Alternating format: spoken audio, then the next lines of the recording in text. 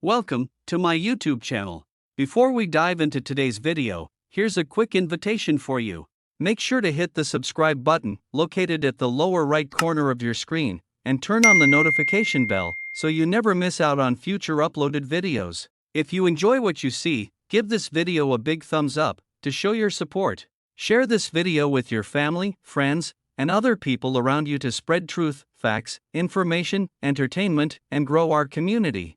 Drop a comment below, sharing your comments, thoughts, or any feedback. And I love hearing from you all. I appreciate you being here and joining me on this adventure. Together, let's make this experience even more amazing.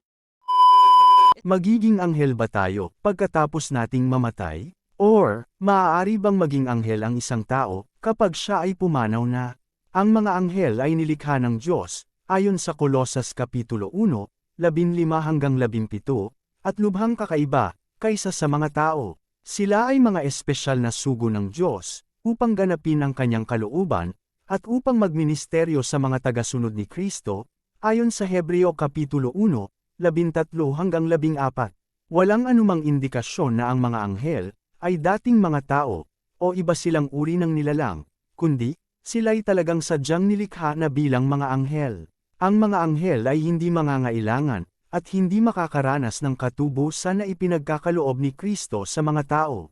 Inilalarawan sa unang Pedro 1:12, ang kanilang hangarin na maunawaan ang ebanghelyo, ngunit hindi ito para sa kanila upang kanilang maranasan. Oo, sila'y nagagalak kung may isang makasalanang nagsisisi at sumasampalataya kay Kristo, ayon sa Lucas 15:10, ngunit ang kaligtasan sa pamamagitan ni Kristo ay hindi para sa kanila. Sa huli, ano ang mangyayari sa katawan ng mga mananampalataya pagkatapos nilang mamatay? Ang kaluluwa o espiritu ng mga mananampalataya ay pupunta kay Kristo at makakasama niya, ayon sa 2 Korinto Kapitulo 5:8. Ang mga mananampalataya ay hindi magiging anghel. Nakilala ng mga alagad si Moises at Elias sa bundok, kung saan nagbagong anyo si Jesus. Hindi sila nagbagong anyo kagaya ng mga anghel, sa halip, nagpakita sila sa kanilang sariling kaanyuan. Bagamat may maluwalhating katawan, sila ay nakilala ni Pedro, Santiago at Juan.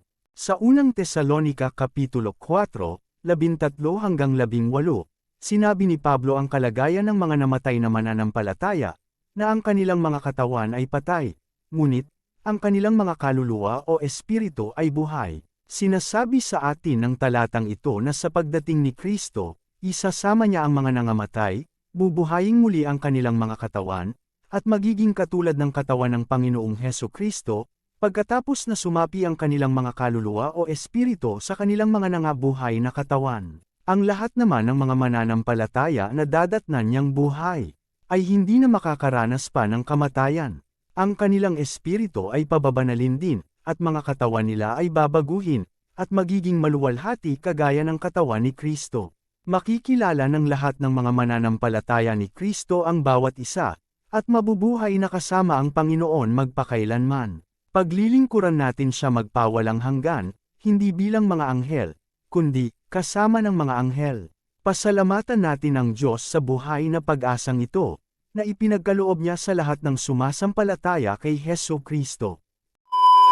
Maging maingat at mapanuri po tayo sa ating mga naririnig o pinaniniwalaan mula sa mga katuroang pinapangaral ng iba't ibang relihiyon. Mayroong pinapangaral ang isang kilalang kulto sa Pilipinas na ang kanilang founder daw ay ang siyang tinutukoy na anghel na nagmula sa silangan, ayon sa Pahayag Kapitulo 7, 1-3.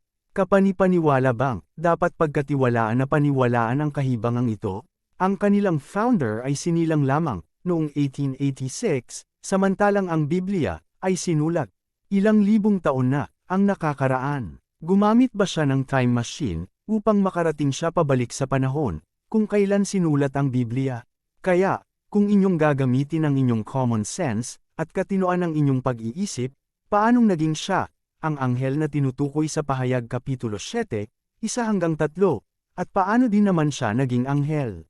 Nabanggit ba mismo sa Biblia ang kanyang pangalan, o inakala lang nila na tumutukoy ito sa kanilang founder na mapag-angkin na lang sa lahat na mayroon sa Biblia? Sinong Poncio Pilato ang may sabi? o nagdeklara na anghel nga siya. Ayon pa sa kultong ito, mas mataas pa raw ngayon ang ranggo o luklukan ng founder na ito, kaysa kay Jesus na nasa langit. Hindi ba kayo kinikilabutan sa kalapastanganan, at pag-insulto ng bulang relihiyon na ito sa ating tunay na Panginoon at Diyos, na kanilang kinokontra at kinikilala lamang nila bilang isang tao, at nilikha lamang daw ng Diyos Ama? Napag-isip-isip na ba ninyong mabuti ito, kung kapanipaniwala pa nga bang paniwalaan ang ganitong kasinungalingan, kalokohan, o kahibangan? Ang founder din na ito, ang siya ring umaangkin na siya rin daw ang tinutukoy na ibong mandaragit, mula sa silangan, ayon sa Isaias Kapitulo 46, 11. Pero, kung kayo na mismo ang magsasaliksik at magsusuri sa talatang nabanggit, sa tulong ng modern technology, ay inyong mapag-aalaman na ang tinutukoy dito ay walang iba, kundi, si King Cyrus, at hindi itong founder ng kultong relihiyon. Ang founder din na ito, ang nag-aangkin na siya rin daw ay isang propeta ng Diyos, at ang huling sinugo ng Diyos sa mundo. Siya na daw ang pinakahuli, upang matiyak nilang wala nang susunod pang ibang propeta sa kanya, at wala nang aagaw pa sa pag-angkin ng pwesto bilang pinakahuling sinugo daw ng Diyos. Kung inyong mapapansin, ang mga talata na makikita ninyo sa Biblia, at may mababanggit na, taong nagmula sa silangan, yung founder na nila agad ang kanilang tinutukoy, at umaangkin sa tinutukoy ng nasabing mga talata. Marahil, kung sakaling mayroon din kayong makikita o mababasa sa Biblia, na may taong makapanloloko, at makapanliligaw ng maraming tao, at kaluluwa sa tiyak na kapahamakan, na magmumula sa silangan, sa palagay ba ninyo, ay aangkinin din nila kaya ito, na ito ay tumutukoy sa kanilang founder?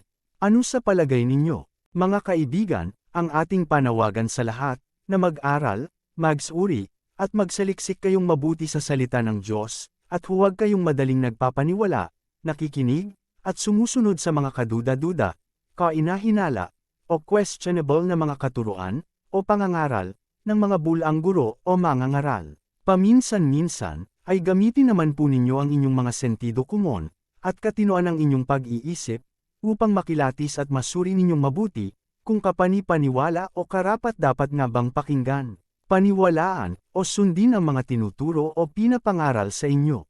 Kung maramdaman o ma-realize ninyong may mali sa kanilang tinuturo, ay huwag na kayong magdalawang isip pa, lisanin na ninyo agad ang relihiyong inyong dinadaluhan. Minsan, ay tumingin kayo sa langit at magmulay-mulay, o tumingin kayo sa kisame ng inyong bahay at tanungin ang butiki, kung kayo nga ba ay nasa tama o maling landas, at kailangan na ninyong tumiwalag mula sa inyong kinakaanibang kultong relihiyon. Para makumbinsi kayo, i-search ninyo mismo sa Google o sa anumang search engine sa internet, kung ano ang pangkalahatang pagkakakilala ng mundo sa inyong relihiyong kinakaaniban.